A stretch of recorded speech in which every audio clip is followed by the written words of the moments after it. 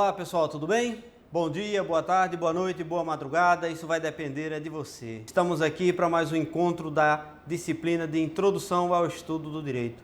Então nós vamos dar continuidade aos slides que nós estávamos vendo, onde nós já falamos sobre o direito objetivo, o direito subjetivo. E agora nós vamos ver sobre os instrumentos de controle social, os instrumentos que buscam o bem comum e a paz social entre a sociedade. Dentre eles nós podemos estar citando, vamos lá. Olha aqui, a moral, a religião, as regras de etiqueta e o direito são processos normativos que visam controlar a sociedade. Contudo, o último é o que melhor cumpre esse papel em razão de sua força coercitiva. Vamos lá? A moral é uma norma de conduta estabelecida dentro de uma sociedade, né, onde as pessoas seguem. Então ela leva isso para o seu dia a dia, para o seu bem-estar, para garantir a tua paz social e até mesmo para estar de bem consigo. Porque se você faz tudo conforme a tua moral, tudo aquilo que você aprendeu, aquela conduta que você segue, aquilo que você acredita, você vai garantir uma paz social, não só na sociedade, mas você também vai garantir uma paz comum, um bem comum a você e toda a sociedade. E a religião? Nós já vimos lá que o direito natural, ele também tinha uma fonte que era a religião, né? A fonte do direito cultural. As pessoas acreditavam e ainda hoje continuam a acreditar. Isso é muito bom porque vai garantir o bem comum.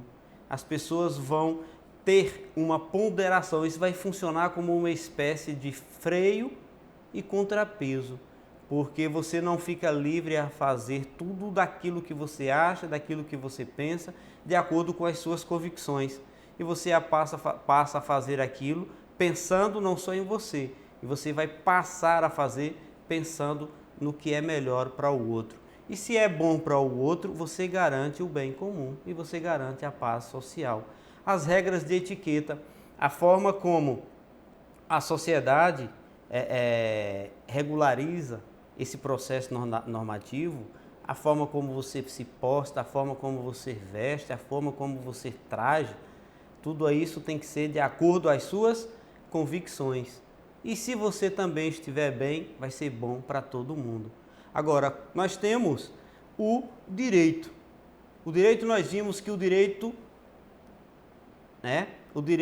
ele anda junto com a sociedade. O direito, ele surge, ele é congênito ou ele surge junto com a sociedade. Se nós temos a sociedade, é claro que vai surgir o direito. E o direito surge com o propósito de regulamentar esta sociedade, que é o que nós chamamos, inclusive, de fato social. Então, o direito, ele prevalece, porque nós já estamos falando, quando nós falamos nesse conjunto de normas, que é o direito, que regulamenta uma sociedade, nós estamos falando também de um direito positivista, né? Que é aquele que é imposto. Então, por que ele é o que melhor cumpre o papel? Porque aí a pessoa vai ser punida, vai sofrer alguma força coercitiva ou sofrer até mesmo uma sanção se ele descumprir o que de fato está na lei. Então, esse direito é um instrumento. A moral é outro instrumento. A religião também é um instrumento. Instrumento de quê, professor? Instrumento que buscam o bem-estar e a paz social. Garantir uma melhor qualidade de vida à sociedade, ok? Então, nós já vimos aqui que, olha só, onde há direito, fatalmente também há dever. Mas hoje, infelizmente, nós estamos vivendo um mundo onde as pessoas acham que elas só têm direito, estão esquecendo do dever. Não é dever que você tem só para com o outro, é aquele dever que você tem de garantir o bem-estar social, de você garantir uma melhor qualidade de vida para você e para as gerações vindouras. Vamos ver aqui então, vamos para mais um slide.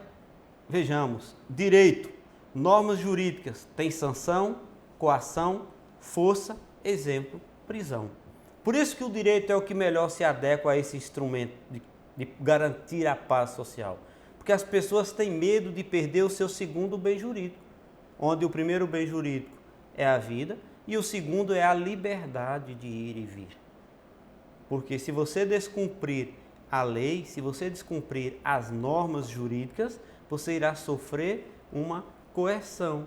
Essa coação, você vai ter o que? Também os seus direitos preservados, os seus direitos cesseados, porque você descumpriu uma norma jurídica. Então, por isso que o direito é o que melhor se adequa.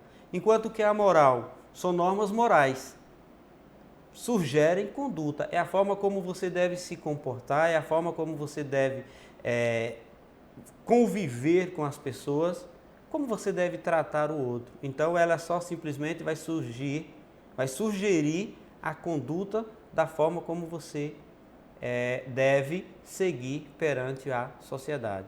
E a religião são normas religiosas. Claro, preceitos religiosos sugerem condutas. Por quê? Conduta da forma como você vai ter que viver ou conviver perante uma sociedade. E se você segue esses preceitos religiosos, você vai acreditar que Deus existe, você vai acreditar que não se deve matar, você vai acreditar que não deve roubar, como nós temos exemplos aí, inclusive dos mandamentos da lei de Deus, e temos também os mandamentos da igreja. Então, essas regras de conduta, como por exemplo, amar a Deus sobre todas as coisas, não pecar contra a castidade. Então, isso vai melhorando a qualidade de vida das pessoas dentro de uma sociedade. As regras de etiqueta, nós temos normas de trato social, moda, convenção, etiqueta, sugerem também a conduta. Ok? Então, vamos lá. Fontes do direito. Então, nós finalizamos essa outra parte e como nós já começamos a falar do direito, falamos em direito objetivo, falamos em direitos subjetivos, os instrumentos que regulamentam a paz social, então a paz comum, né? Então, vamos falar logo, adiantar um pouquinho, pular um pouquinho, inclusive, o que está na ementa, e vamos tratar logo um pouquinho sobre as fontes do direito, que é a expressão fonte de direito possui sentido de origem, nascente, motivação, causa das várias manifestações do direito. Olha só, a expressão fonte do direito possui sentido de origem nascente, motivação, causa de várias manifestações do direito. Então, o que é uma fonte do direito, professor? É onde nasce, é quando surge, é quando começa. E é buscado essas fontes aonde, professor? Nós vamos ver daqui para frente, ok?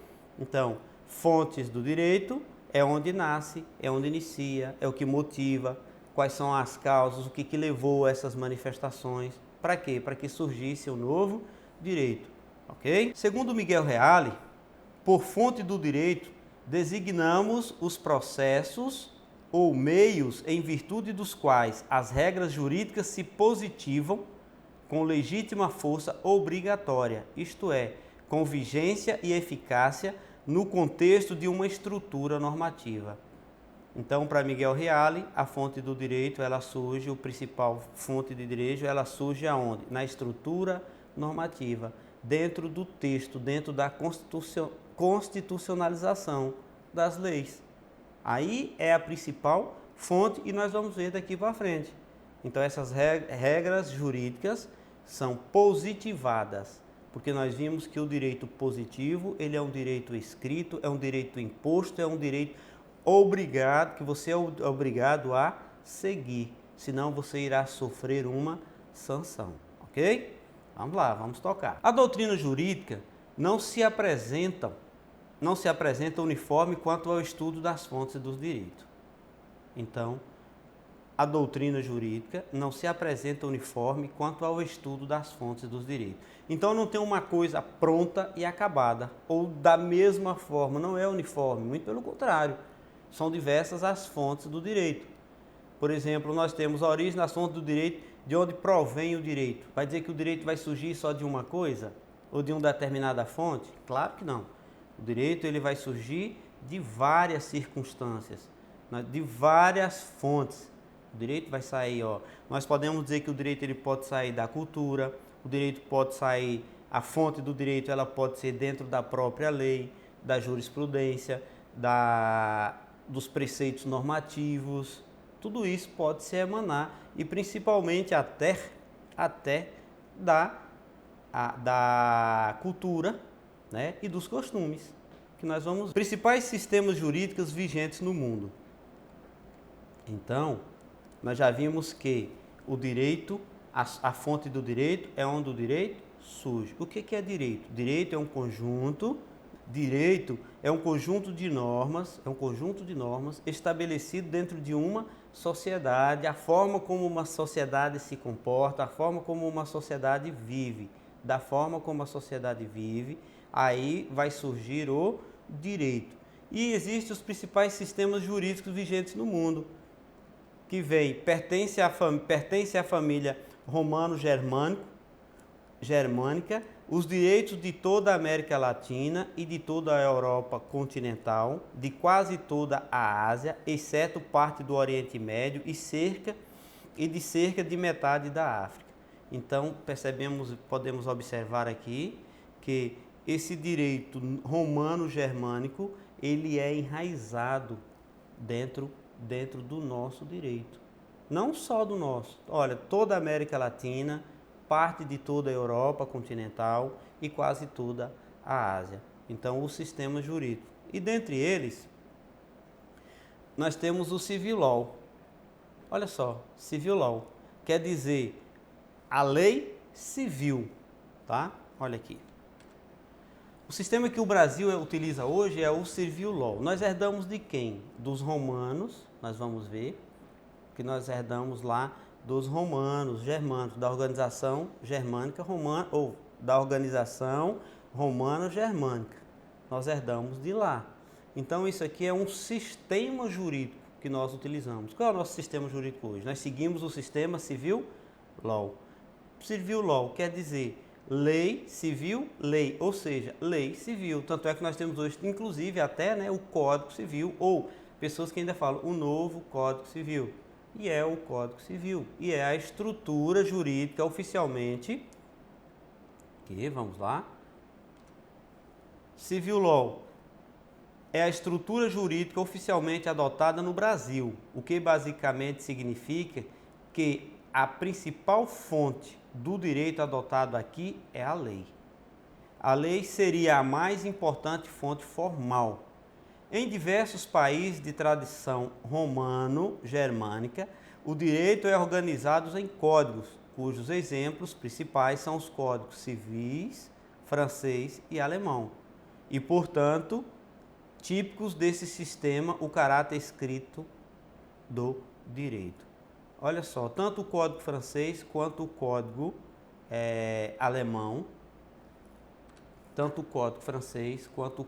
alemão, eles são também baseados no código romano-germânico. Esse código ele serviu como um instrumento para que surgisse essas novas fontes do direito. Mas, professor, o que é Civil Law? As palavras, eu sempre gosto de dizer que as palavras sempre servem para alguma coisa. O que quer dizer Civil Law? Olha só, lei civil. Ele regulamenta o que? A sociedade. É uma lei para a sociedade civil. E é baseado em quê? Exatamente na própria lei. Qual é a referência? O que é utilizado? A lei. Mas existem outras fontes do direito? Claro que existe. Nós vamos ver daqui a pouquinho. Com certeza existem outras fontes e não somente a lei. Ok? Vamos lá. Outra característica dos direitos de tradição romano-germânico é a generalidade das normas jurídicas, que são aplicadas pelos juízes aos casos concretos. Olha só, não existe uma forma exata que o juiz tem para julgar. O juiz ele tem a sua discricionariedade. Ele pode julgar conforme a tua convicção, mas para isso ele precisa fundamentar a tua decisão em cima da própria lei. E o que eles fazem hoje em dia? Geralmente eles utilizam daqueles outros julgados, não que eles sejam obrigados, mas na maioria das vezes a gente percebe que eles utilizam daqueles julgados que foram aplicados em casos concretos, e daí eles começam a decidir sobre determinado tema. Mas ele é obrigado a seguir a decisão de um outro juiz? Claro que não. Ele pode criar, ele tem essa discricionariedade. O que é a discricionariedade? É aquela decisão que o juiz tem pela tua própria cabeça, pelo seu próprio entendimento, e isso é amparado em lei. Ele pode ser discricionário até o extremo? Também não pode. Tudo tem o seu limite. Então ele não pode ser totalmente discricionário, tanto é que ele tem que fundamentar em cima da norma, mas um percentual vai ser decidido por ele mesmo. Ele é que vai determinar o que pode e o que não pode. Se ele vai seguir a lei, se ele basear na lei, para ele não vai importar se já existem outros julgados. O importante é que ele decida, tá, conforme a lei e fundamentado na própria lei, que é assim que na maioria das vezes, da forma como eles agem. Ok? E tem um outro sistema jurídico que é o common law, lei comum. No sistema da common law, adotado pela Inglaterra e Estados Unidos, a forma mais comum de expressão do direito é a dos precedentes judiciais. Direito se baseia mais na jurisprudência que nos textos da lei. Infere-se normas gerais a partir de decisões judiciais proferidas a respeito de casos individuais. Então, nós vimos que o civil law, que é o sistema jurídico que nós seguimos, que ele é romano-germânico, e nós seguimos esse regime, porque ele se baseia, se fundamenta em cima da norma, em cima da lei. O common law, não. Ele é comum. Ele se baseia em cima de quê? Dos precedentes, daqueles julgados que já ocorreram, daquelas transformações ou decisões que os outros juízes ou os magistrados já aplicaram a determinado fato concreto. Agora, existe a lei? Sim. Porque se a lei existe, mas existe um precedente e já foi julgado, é como se fosse assim, tem um julgado e tem um caso concreto que ele é bem parecido. O que o juiz faz? Ele aproveita e fundamenta a sua decisão em cima daquele caso concreto, daquele julgado anterior. Então, ele não vai buscar na lei. Se ele quiser buscar na lei, ele pode, porque também existe a lei. Mas o common law permite a ele dar o teu despacho ou a tua sentença baseada ou baseado nos costumes ou nos demais julgados. Certo? Então, professor, o common law, ele vai decidir só por conta da jurisprudência? Não. Só por conta das decisões judiciais que já foram proferidas a respeito dos casos individuais? Não. Ele vai proferir essa sentença tanto pela jurisprudência, pelos precedentes. O que são os precedentes? São as decisões que já aconteceram em casos anteriores, e aí ele vai fundamentar a tua decisão, alegando que existe um determinado fato parecido, um caso bem parecido, portanto, ele vai aplicar a mesma lei. E com isso, gente, ganha até tempo, mas todo caso é um caso, cada história é uma história, né? Então, na dúvida, ele tem também a lei. Vamos ver o outro aqui, quer ver? Uma simples diferença é que lá o direito se baseia mais na jurisprudência do que no texto da lei. Jurisprudência, caso esteja em dúvida, trata-se do conjunto de interpretação das normas do direito proferido pelo Poder Judiciário. Vocês com certeza não sabem o que é uma jurisprudência. Olha só, nós temos o tribunal, o TJBA, Tribunal de Justiça da Bahia. Nós temos o Tribunal de Justiça de Minas Gerais. Nós temos o Tribunal de Justiça de Rio de Janeiro.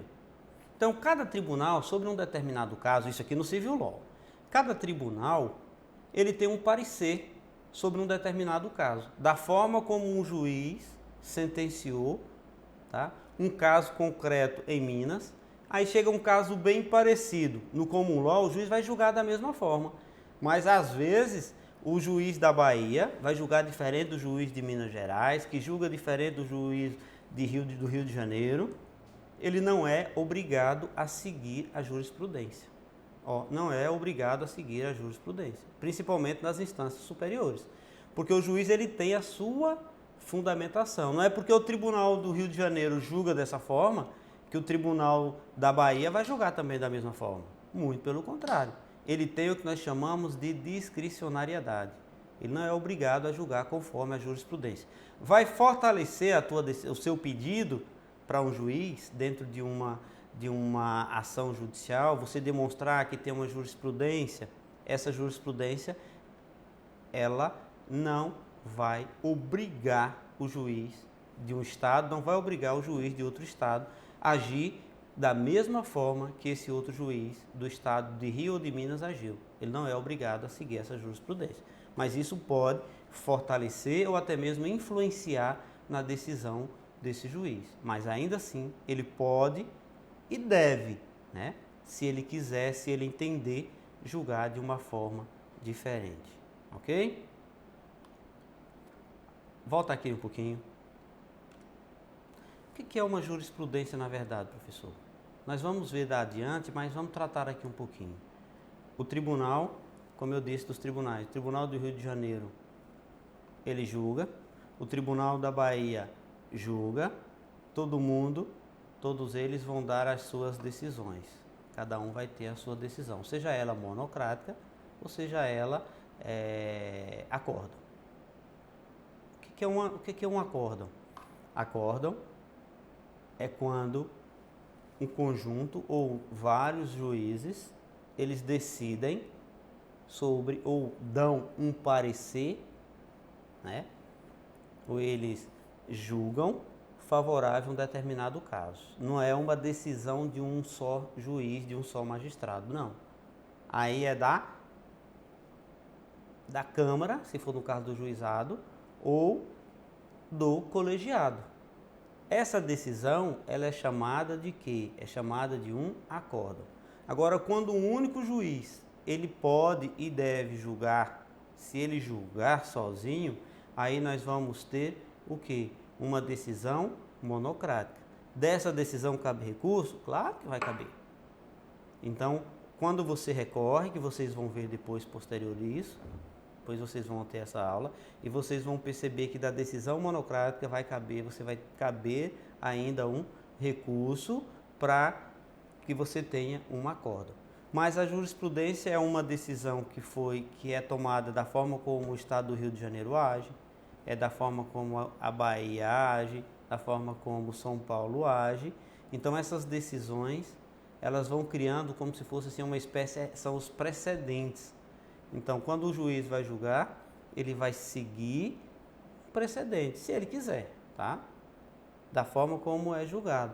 Mas, como eu disse, ele não é obrigado a julgar conforme o outro juiz. Ele tem essa liberdade de julgar, ok?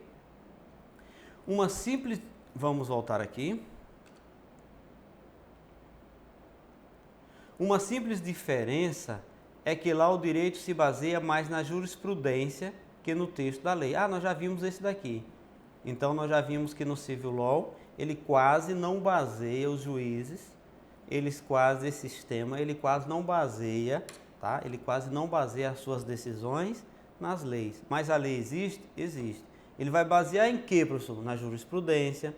Caso estejam em dúvida, trata-se do conjunto de interpretações, em dúvidas, trata-se do conjunto de interpretações das normas de direito proferido pelo Poder Judiciário.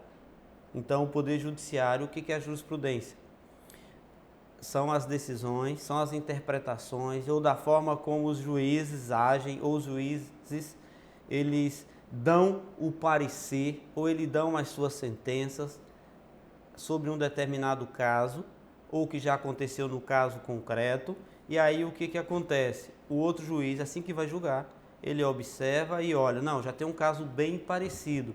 Então eu vou aplicar a mesma sanção ou a mesma pena, como quiser. Eu vou aplicar a mesma penalidade. Não sei. O juiz ele vai decidir de que forma é que ele vai julgar. Mas lá no Common Law ele segue geralmente a jurisprudência, tá? Essas decisões que já existem. É diferente aqui no Brasil. Aqui no Brasil, primeiro, como no nosso sistema ele é Civil Law, nós vamos pegar como a primeira fonte é a norma, é a lei, e não nós vamos atrás dos precedentes. Se a lei for omissa a determinado caso, aí eles vão fazer aquelas conexões, tá? E aí eles vai dar uma decisão. Até porque o juiz ou o magistrado, ele não pode deixar de sentenciar um caso, num processo, alegando a inexistência da lei. Ele não pode. Então, de qualquer forma, ele vai ter que dar uma decisão favorável, né? Vai deferir ou indeferir o determinado pedido, mas sabendo que tem uma fundamentação em cima da norma. Senão, ele vai ter que encontrar, né, uns precedentes, ele vai buscar nos precedentes, vai buscar nos princípios, e aí ele consegue justificar. Até no caso concreto, ele pode julgar voltando sobre os costumes, e aí ele dá uma decisão. O que ele não pode é deixar de dar uma decisão, alegando que não existe como fundamentar. É por isso que nós vimos lá naquele tripé que a lei ela tem que ser feita ou para que tenha um alcance abrangente, um alcance maior, com o propósito de quê? De alcançar o maior número, tá? De pessoas dentro de uma comunidade ou dentro de uma sociedade. Agora, a lei ela precisa ser feita, ou seja elaborada antes de que tenha acontecido um caso concreto. Talvez aconteceu e alguém já inovou, mas às vezes a lei está aquém, porque não tem como tipificar aquele ato, e ainda assim o magistrado tem que decidir, até porque ele também tem a sua discricionariedade. Baseado em que no nosso regime? Baseado na lei. E se fosse lá, por exemplo, na Inglaterra, que lá é o Civil Law, ele vai basear na jurisprudência, tá? Ou nas decisões, ou nas interpretações das normas do direito proferido lá pelo Poder Judiciário. Ok? Exemplo. Se lá nos Estados Unidos, dois homens... deixa eu voltar aqui o slide um pouquinho. Se lá nos Estados Unidos, dois homens desejam realizar uma adoção. Eles procuram outros casos em que, outros homossexuais tenham conseguido a adoção e defendem suas ideias em cima disso. Então, dois homens, gente, eu não tô discutindo religião não, tá? Nós estamos falando o que é o direito e o sistema jurídico, e o sistema jurídico como o law permite isso. Se nos Estados Unidos, dois homens querem adotar uma criança, beleza. O que eles vão fazer? Eles vão procurar o judiciário para isso. E lá, se já teve ou se já ocorreu algum caso concreto, o juiz parecido, se já houve outras adoções, o juiz vai lá e simplesmente fundamenta a sua decisão, tá? O juiz fundamenta a sua decisão em cima daquele caso concreto, em cima daquelas decisões anteriores. Se ele quiser, tá?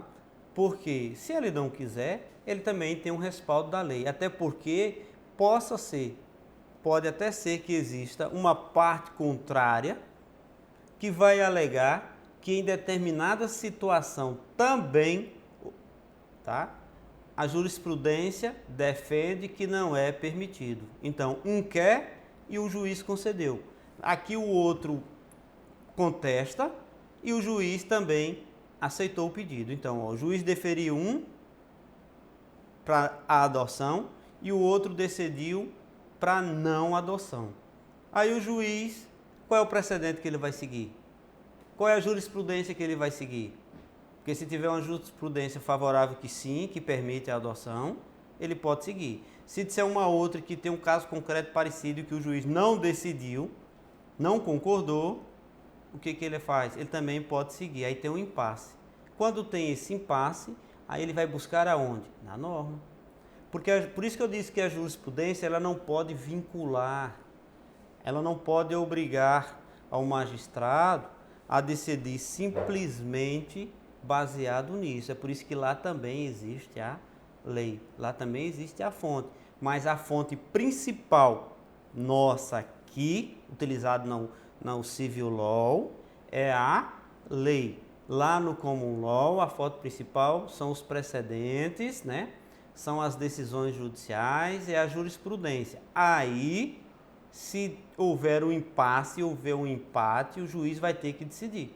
Aí ele vai buscar aonde? Respaldo em que lugar? Ele vai buscar o respaldo na própria lei. Ok? Então vamos lá. É bom lembrar que nos países de Common Law também existe a lei, mas o caso é analisado principalmente de acordo com outros semelhantes. Como eu disse, ele vai utilizar dos outros casos para aplicar essa lei e não, tá? E não aplicar logo diretamente na lei. Ele vai buscar os precedentes, certo? Fontes materiais ou substanciais são constituídas pelos fatores determinantes do segmento da norma jurídica, tais como clima, a religião, a economia, a política, os avanços tecnológicos e científicos. Então, essas fontes materiais ou substanciais, elas vão influenciar, elas vão seguir ou elas vão cooperar para que surja o quê? Para que haja um novo ou surja um novo direito. Então, aí são essas fontes materiais e fontes substanciais que nós botamos o clima, principalmente a religião, a economia, a política. Então, tudo isso é que vai contribuir para que haja uma evolução no direito. Então, pessoal, chegamos mais ao final de mais um bloco. No próximo bloco, nós continuaremos sobre as fontes do direito, ok? Até breve.